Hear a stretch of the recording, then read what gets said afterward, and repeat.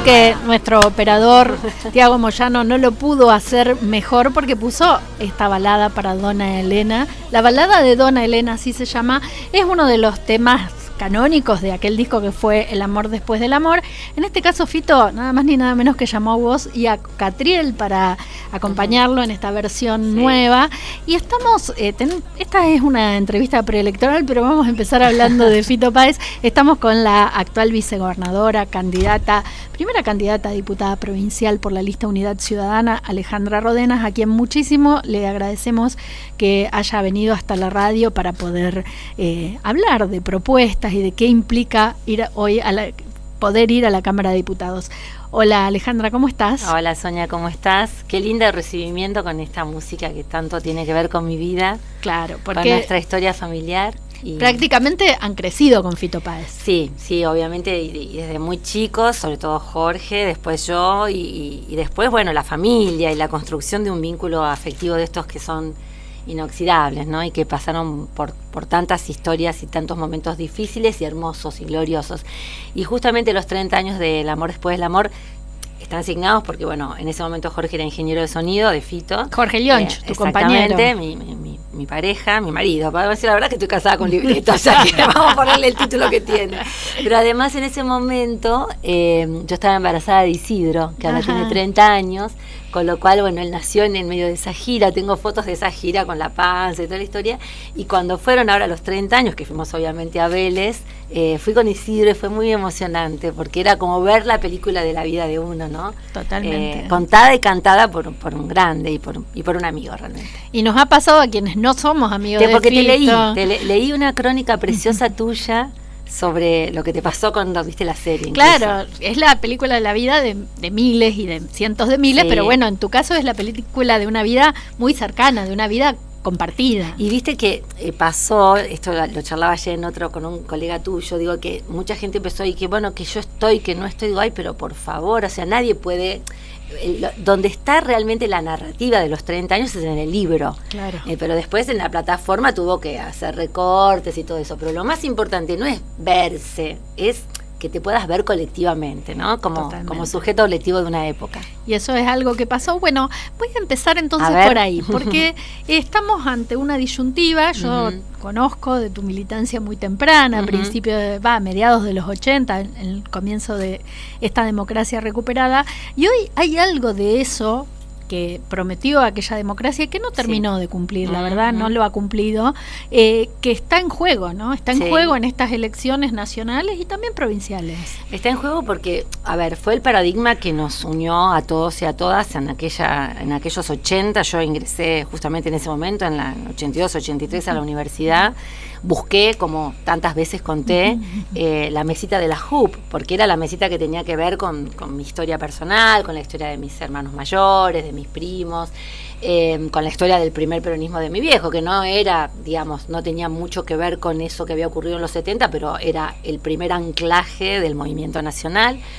Y la verdad que creo que ese valor de la recuperación de la democracia que nosotros hoy le seguimos dando una profundidad, un anclaje y una hondura, hay quienes lo ponen en crisis. Y a mí me parece terrible. Y lo ponen en crisis desde un paradigma que me parece insostenible, Sonia, que es el negacionismo. O sea, negar lo que ocurrió en el país, en la dictadura, negar, bastardear, o en todo caso banalizar lo que fue el terrorismo de Estado, a mí me parece una de las cosas más terribles, porque es el lugar donde se sitúan luego, o donde se han situado cíclicamente en la historia de nuestro país, para poner en crisis las otras grandes conquistas, la que tienen que ver con el derecho a la salud, el derecho a la educación pública, el derecho a la seguridad, el derecho previsional, el derecho laboral. Todo se pone en crisis cuando se pone en crisis la democracia tal cual la concebimos nosotros en estos 40 años, que era una democracia que no era solamente formal, que no es solamente ir a votar y poner el voto cada 4 años, cada 2 años, como fuere, sino que es una democracia con sustento, con profundidad, con un Estado que implique un Estado presente, que se haga cargo de las problemáticas sociales. Y bueno, el gran dilema que tuvimos en el 2019, recibir un país profundamente endeudado con una democracia hackeada. El endeudamiento hackea la democracia, porque el endeudamiento te ata de pies y manos frente a las posibilidades soberanas de decidir nuestro destino. Y esto es así, ¿no? Fuiste diputada nacional, en un momento, si no estoy confundida, durante el macrismo te tocó Tal cual, sí. ser diputada. Yo renuncié al Poder Judicial ahí en el 2017 y me postulé y, bueno, ingresé en el 2018. Y también, digo, durante estos 4 años que sos vicegobernadora todavía, estás en otro de las legislaturas, en el Senado, presidiendo la lógica legislativa. Digamos, ¿cuánto tiene que ver con la posibilidad de ejercer un poder real? Ahí tenés, qué buena pregunta, Sonia. Yo me sentí muy libre en la Cámara de Diputados de la Nación, porque armamos un interbloque, obviamente, con el Frente para la Victoria. En ese momento lo presidía Agustín Rossi, un gran dirigente de la política argentina y de nuestra provincia, y realmente me sentí muy libre porque además las discusiones que se dieron, que fueron discusiones de resistencia, ¿no? Pensemos lo que pretendía, primero, la petición inclaudicable de que el acuerdo con el fondo pasara por la legislatura para poder mirar esa letra chica que no se pudo ver, claro, que es un poco la letra chica, diríamos, de lo que significó la entrega de nuestra soberanía y de la manera que se hipotecó. Que no pasó por el Congreso. No pasó por el Congreso. Esto es muy importante que la audiencia lo sepa. Y por otro lado también la resistencia en ese momento, lo que fue el intento de reforma previsional.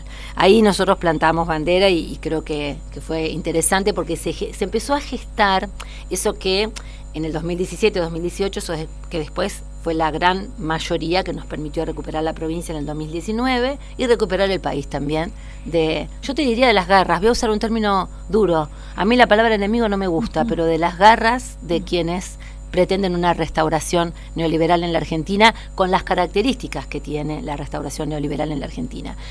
Después, ya siendo vicegobernadora electa, te voy a decir que yo no soy senadora, presido un cuerpo. Entonces, me siento a veces, la condición de vice es difícil, no es una condición sencilla, porque no compartís las decisiones del Ejecutivo, porque no sos parte del Ejecutivo, o sea, las decisiones ejecutivas las toma la cabeza del Ejecutivo y sus ministros, y por otro lado tampoco votás, salvo en caso de empate. Con lo cual quedé en una situación de búsqueda permanente del equilibrio, cosa que creo es un don que traigo de otro momento de mi vida, que era cuando fui jueza, que me tocó sopesar, evaluar, ser equilibrada y en todo caso tener cierta templanza. Pero bueno, ya me había ido del Poder Judicial, ya me gustaba mucho más la acción definitiva. Con lo cual, esta búsqueda de ser diputada provincial tiene que ver con, para mí, agendas pendientes, normativas, legislativas que tiene la provincia y que no las hemos podido saldar. Saldamos una, que fue la ley de paridad, gracias a la fortaleza del movimiento de mujeres, a las mujeres que obviamente me precedieron y que nos acompañamos entre todas para un día plantarnos y decir, bueno, tiene que salir la ley de paridad, para que esos hombres que están en la legislatura comprendiesen finalmente que había que dar una ley de paridad de buena calidad, y hay otras pendientes. En el Senado especialmente, porque es de 19, bueno, vos sos la vicegobernadora, por ende no estás contada en esos 19, no. Pero hay solamente una mujer más vos, o sea, sobre 22. Sí, y con una cosa, mira, te voy a contar una anécdota. La placa del ingreso a mi despacho dice vicegobernador. Entonces, claro, un día empezamos a trabajar este tema de las palabras y de los nombres y de las denominaciones, que bueno, que hay una cuestión filosófica detrás de cómo se denomina a un espacio físico. Y eso que hubo 2 vicegobernadoras antes que yo, claro, muy buenas vicegobernadoras, sí, claramente, pero bueno, a lo mejor no repararon en eso. Y yo que vengo más entrenada de la universidad, de esta cuestión de las semánticas y de lo que las palabras dicen y lo que ocultan, y digo, bueno, tenemos que cambiar esta placa. Y hice un evento para cambiar la placa, y la verdad que había muy pocos acompañándome. Pero bueno, hay cosas que pudimos hacer, hay cosas en las que pudimos avanzar. Transparentamos el uso de los fondos del Senado, con lo cual hace ya 3 años que vengo presentando informes de gestión, que para mí es muy importante que la gente sepa, en esta idea de transparencia y de gobierno abierto, que se hacen con los fondos públicos. Me encantaría que ocurriese también eso luego en la Cámara de Diputados, si me toca ser parte. Y creo que tenemos deudas. Hay una deuda que vos sabés que para mí es central, que es la de la Ley de Educación Sexual Integral.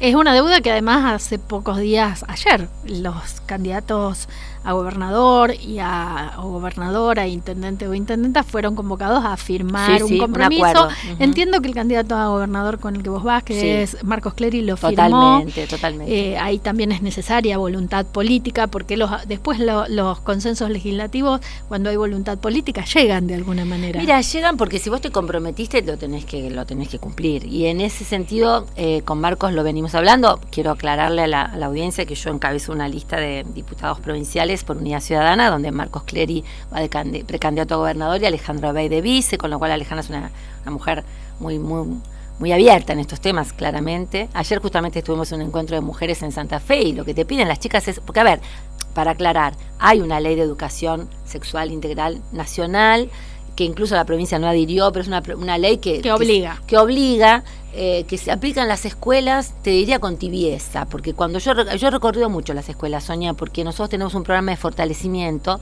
y a mí me gustó mucho dar vueltas, estar con los chicos, preguntar, viste, lo chiquito, qué se necesita, lo más elemental, y he recorrido las escuelas públicas, incluso las confesionales privadas de gente donde acuden personas de menores ingresos para asistir, para acompañar, y en todos lados aparece esta idea de la necesidad de una ley de educación sexual integral. En una provincia como la nuestra, y esto lo quiero decir con claridad, sé que la radio se escucha en toda la provincia, es muy importante que escuchemos a todas las voces, porque viste, hay incluso hasta, yo creo, ¿no? Hay como malas interpretaciones con respecto a qué significa la ideología de género. La gente habla, hay determinadas personas que hablan de ideología de género sin saber qué significa en definitiva eso, pensando que la ideología de género es un adoctrinamiento y en realidad no lo es simplemente poner al género como un lugar de discusión, digamos, como un esquema de discusión. Y bueno, nada, y me parece que hay que escuchar a todos los sectores y tratar de hacerlo más amplios para que la ley salga, básicamente, para que salga. Es interesante, a mí me parece que la ley de educación sexual integral es interesante. También me parece que la gran deuda está bien, desde las legislaturas, por eso te preguntaba por los límites, ¿no? Las legislaturas, ahora hay precandidaturas, después se arman las listas legislativas definitivas de acuerdo a cómo salgan las elecciones. Desde las legislaturas se puede hacer mucho, de todos modos, por ejemplo, hoy tenemos una situación en la Secretaría de Niñez donde hay muchos problemas en la atención a niñas y niños vulnerables. ¿Qué harías vos como legisladora con eso, por ejemplo? Mira, yo siempre parto de esta base. La sociedad percibe, hoy la sociedad tiene un enojo con la política y un enojo por ciertos aspectos del contrato electoral que no han sido cumplidos. Ni hablemos del tema seguridad, que es uno de los temas que nos atraviesa y mucho. El tema, diríamos. Pero en estas otras cuestiones, que son, vos me mencionás algo muy pequeño, pero que es muy grande al mismo tiempo. Muy grande al mismo tiempo. Es pequeño porque pareciera que en ese nicho ingresa un sector de la sociedad que no representa a las grandes mayorías. Sin embargo, es un problema que representa el dolor y el sufrimiento de muchas familias que no tienen respuestas por parte del Estado. Entonces, ¿qué pasa con las leyes, con las normativas? ¿Por qué uno apunta a la solvencia de los poderes legislativos? Porque cuando vos convertís algo en ley, lo convertís en una política de Estado. Y no hay quien lo pueda cambiar ni modificar. Ayer le decía a unos colegas jóvenes tuyos, digo, chicos, ¿ustedes ponen en duda la ley de educación? ¿Ponen en duda el acceso a la salud? ¿Ponen en duda la jubilación de sus abuelos? No. Bueno, entonces, ¿por qué están comprando, ¿no? Esto es una metáfora. ¿Por qué están, de alguna manera, solventando o adhiriendo a un discurso de la antipolítica, de la banalización de la política, como puede ser el discurso de Milei, o están bancando esta restauración neoliberal que habla de que estamos en un estado demasiado grande e ineficaz? Que tengamos que hacer correcciones no quiere decir que no tengamos que seguir sosteniendo al Estado. Claro. Sostener al Estado, sostener las políticas públicas, se hace siempre a través de leyes. Entonces vos me preguntás sobre la política específica de un determinado sector digamos que corresponde al Ministerio de Desarrollo, y yo te digo, bueno, lo que tenemos que tener es una normativa fuerte, anclada, transversal y que se sostenga. Incluso yo te sumaría, como bueno, periodista muy interesada en estos temas, Sí. también una legislatura fuerte para convocar al funcionario o a la funcionaria que no está cumpliendo la ley Totalmente. e interpelarla, que es Sí. algo que se hace, pero se conoce menos. Mira, en el Senado ha habido muchas interpelaciones, incluso del propio sector al que nosotros representamos, para ver, porque vos fíjate, en pandemia, Sonia, fue terrible, o sea, administrar la pandemia ni te cuento. A mí me tocó coordinar los comités departamentales de crisis y yo te digo que fueron 2 años y medio de mi vida en los que algunos me preguntan, ¿dónde estabas vos? Y yo estaba haciendo lo que había que hacer, no estaba en la tele, estaba coordinando una provincia, 19 departamentos de una provincia muy compleja, donde había circulación comunitaria en otros lados no la había, donde faltaban respiradores, donde faltaban alimentos, o sea, fue brava la situación. No es una excusa esto, pero fue brava la todo situación. lo contrario, es visibilizar cosas que a veces se hacen y no se conocen. Y que uno por ahí a lo mejor hasta por pudor no lo salió a contar, porque era nuestra obligación hacerlo. Y como presidenta del Senado, coordinar esos comités departamentales en una provincia, vuelvo a repetir, tan diversa como la nuestra, con necesidades tan disímiles, la verdad que fue una tarea fuerte y una tarea que hicimos en coordinación con el área de educación, con el área de salud, pero que para mí fue muy interesante. Fue, te diría, terminar de entender, uno cuando recorre la provincia en campaña, o cuando en los buenos tiempos son lindos para todos, pero fue terminar de ver el lado B, el lado oscuro de la provincia, lo que faltaba, que es mucho. Que es muchísimo. Hablaste de seguridad, es de lo que preguntan todos los periodistas y todas las periodistas, pero yo lo que te quiero preguntar, porque existe, creo que todavía no perdió estado parlamentario, una ley de reforma policial en la Cámara de Diputados, nunca salió de diputados, nunca fue aprobada. ¿Cómo la votarías vos? No te va a tocar porque va a perder estado parlamentario, pero ¿cómo la votarías? Yo más que a mí ese conjunto de leyes, yo creo que hay que dar una discusión legislativa, por esto mismo que te decía antes, porque cuál es el piso normativo, pero yo le daría una vuelta de tuerca, o le daría una vuelta más a la convocatoria. Yo creo que nosotros tenemos que discutir un programa de seguridad. No leyes, porque las leyes no son malas las que están en discusión. Al contrario, son buenas leyes. Son buenas leyes que tienen que ver con la reestructuración del organigrama policial, del rol del servicio penitenciario, de cómo llega el Estado a distintos sectores por vía de programas individuales. Pero a mí me parece que tenemos que lograr, a ver, Sonia, si podemos lograr entre todos los sectores políticos un acuerdo. Porque, a ver, nosotros nos conocemos desde hace muchos años, yo fui jueza penal muchos años en la ciudad de Rosario, me hago cargo de las cosas que pude hacer y de las que no pude hacer, porque convengamos que al Poder Judicial también le cabe un rol en ese programa. Y vos sabés que no fue fácil en aquel momento producir las detenciones que se produjeron, preparar los juicios de los canteros para que luego fuesen condenados, avanzar sobre algunas bandas narcocriminales hasta donde se pudo, porque después siguieron las investigaciones, por suerte hay investigaciones que están en trámite, pero en aquel momento lo que uno notaba era que la justicia federal iba por un lado, la justicia provincial iba por otro, que el Ejecutivo va por un lado y que el diálogo con el Poder Judicial y el Poder Legislativo no existía.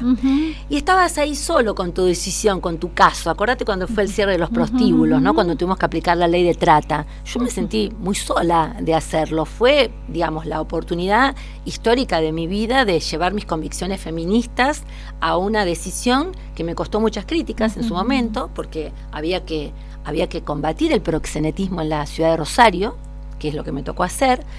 Obviamente que no lo pudimos hacer en su totalidad, pero contribuimos a que se pusiera en discusión esta cuestión. Con un caso muy testigo como fue La Rosa. Bueno, el caso de La Rosa y un tema virtual, ¿te acordás? De supergatitas.com. Entonces, ¿qué pasaba? Y luego, porque yo en ese momento estaba en el Poder Judicial y estaba enseñando estas cosas en la universidad. Después pasé por el Legislativo Nacional y después en este rol tan sui generis en el Ejecutivo. Sui generis digo porque no tomo decisiones ejecutivas.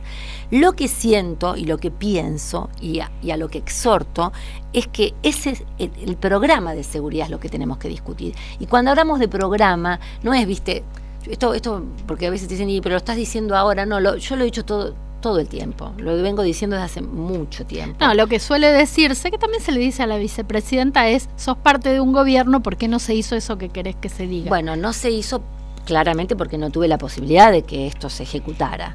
Pero ahora, en la posibilidad, incluso porque yo creo que si se da la mixtura que se va a dar de ingreso de mujeres, gracias a la ley de paridad, mujeres muy potentes, muy comprometidas con las cuestiones de género, que implican también una discusión dentro de las cuestiones de seguridad, yo creo que es el tema que vamos a tener que discutir. Ahora, el tema es desde qué lugar ideológico lo discutimos, y ahí yo tengo un límite. O sea, si el tema es generar condiciones de mano dura, condiciones de un Estado que reprima, de alguna manera poner sobre la mesa las soluciones mágicas que vimos hace muy poquito en Jujuy, que a mí me asustan y mucho, me preocupan más que asustarme. Mágicas, son tenebrosas. Son tenebrosas porque es correr al Estado mira, corren al Estado o lo ponen al Estado para reprimir. Son verdaderos laboratorios de represión, de represión de los movimientos sociales, de los pueblos aborígenes. Yo en esto lo tengo clarísimo. O sea,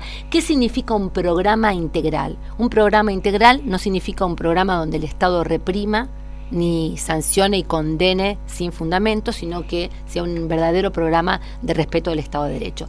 Y volvemos al inicio de la nota, ¿no? A esto de la democracia. Volvamos a poner en valor esto que hoy está, a lo mejor, perdiendo el sentido que tuvo en los 80, lo tenemos que volver a poner en valor, porque esas escenas que vimos hace apenas una semana en Jujuy son escenas que asustan y preocupan. Entonces, que el árbol no nos tape el bosque, que el restablecimiento de cierta normalidad que los rosarinos nos están pidiendo, que los santafesinos y las santafesinas nos están pidiendo, no sea a como de lugar, sea con un Estado que llegue a donde tiene que llegar y con un programa de diálogo entre todos los sectores. Esto no lo arregla un gobierno, Sonia. Esto no se arregla ni en uno, ni en dos, ni tampoco echando culpas sobre quién fue, quién empezó, cuándo empezó, ponerle fecha de inicio. Las tramas narcocriminales tienen una historia y son estructurales, lamentablemente. Y hace falta una presencia estatal que va mucho más allá de las fuerzas de seguridad. Totalmente. Pero también hacen falta fuerzas de seguridad saneadas. Mira, fuerzas de seguridad saneadas, yo me sumo al reclamo de las fuerzas federales. ¿Sabes por qué me sumo? Porque el proceso del 2014 yo lo viví siendo jueza y se sintió el amesetamiento de la curva. O sea, cuando en un país, una zona como la nuestra está atravesada por una conflictiva con mayor intensidad, el poder central no puede mirar para otro lado y tiene que acompañar esas dificultades. Lo mismo pasa con cualquier otra catástrofe o con cualquier otra situación que nos ha atravesado. Mira lo que pasó con la sequía. Hubo que asistir a las provincias que estaban atravesadas por la sequía. Entonces el Poder Central tiene una obligación y también, te vuelvo a repetir, el diálogo entre los poderes. No podemos seguir discutiendo y echándonos culpas recíprocamente, porque el de carne y hueso que va por la calle te dice, mira, resolveme el problema, ustedes han sido elegidos para eso y para eso están en los lugares de poder. Y además estamos viviendo un momento, tiene muchas explicaciones nacionales, internacionales, de todo tipo, digamos, pero un momento donde mucha gente está muy sometida a una gran precariedad. Tal cual. Entonces lo que ve en el sector de la política es que hay ciertas cuestiones que están resueltas y que el ciudadano de a pie no la tiene resuelta. No, por supuesto. Y además, nosotros venimos, y yo por eso también acepté este desafío y esta convocatoria que me hizo Guado de Pedro, porque me la hace Guado, la convocatoria a través obviamente de Florencia Cariñano y de Marcos Clery, de integrar esta lista, de encabezar esta lista, porque para mí el periodo de Néstor y Cristina fue un periodo clave para la historia de la Argentina. Obviamente que hoy hay que remixar, hay que pensar, hay que resignificar, hay que pensar en un peronismo para el siglo XXI. No es, digamos, estamos en una situación... Lo explica la misma Cristina con esa claridad que creo que es pocas mujeres tienen la claridad, pocas mujeres y pocos hombres tienen la claridad para explicarlo, cuando dice con tanta sencillez, muchachos, recibimos un país endeudado y el endeudamiento te somete, te impide... un país que además ya había tenido un default en el 2001, o sea, no puede volver a defaultear, no puede volver a decir no puedo pagar. Exactamente, y que pero sí puede, mira, puede decir, pero puede decir que las condiciones de pago sean otras, que eso es lo que Cristina reclamó desde el primer momento, y por eso, bueno, la atención que se daba con el presidente tenía que ver con el cómo de llevar adelante la renegociación de la deuda. Y hoy hay que tener en claro que ese acuerdo tiene que terminar de otra manera, de otra forma, para que Argentina tenga oxígeno. Cristina hace una propuesta muy simple, dice, bueno, a ver, paguemos con un porcentaje de las exportaciones, que son nuestra riqueza genuina, y fíjate cuál es la respuesta de los poderes concentrados, ¿no? Nosotros queremos sus recursos naturales. Claro. Y ese es el laboratorio de Jujuy. Totalmente. Ese es el laboratorio de Jujuy. Y esa es la propuesta que lamentablemente los sectores que hoy representan a Juntos por el Cambio, y en otro caso también a Milei, le están ofreciendo a la sociedad. Y en esta angustia pero que no tenemos, se lo ofrecen de forma honesta y explícita. No dicen nosotros vamos a hacer políticas extractivistas porque creemos que es más importante. No, dicen otras cosas. Dicen otras cosas, confunden, sobre todo sabes a quién, y este es el mayor temor. A los que ya tenemos una vida vivida y sabemos que lo que significaron los 90, lo que significó la crisis del 2001, sabemos que esa oferta viene acompañada de una entrega, vamos a decirlo sin vueltas. Ahora, los chicos más jóvenes, las chicas más jóvenes, por ahí se ven un poco deslumbrados, ¿no?, por estas propuestas de cambio, de transformación, y no se dan cuenta, y ahí me parece que el gran desafío también de los medios como este, felizmente que tengamos una radio nacional en todo el país, es permitir que nosotros podamos decir estas cosas y que lleguen estas otras voces para que ellos puedan tener elementos de análisis y de crítica también. Alejandra, te agradecemos muchísimo que hayas venido. Volvemos a repetir, Lista Unidad Ciudadana, encabezada por Alejandra Rodenas, dentro de Juntos Avancemos, que así es el nombre del frente.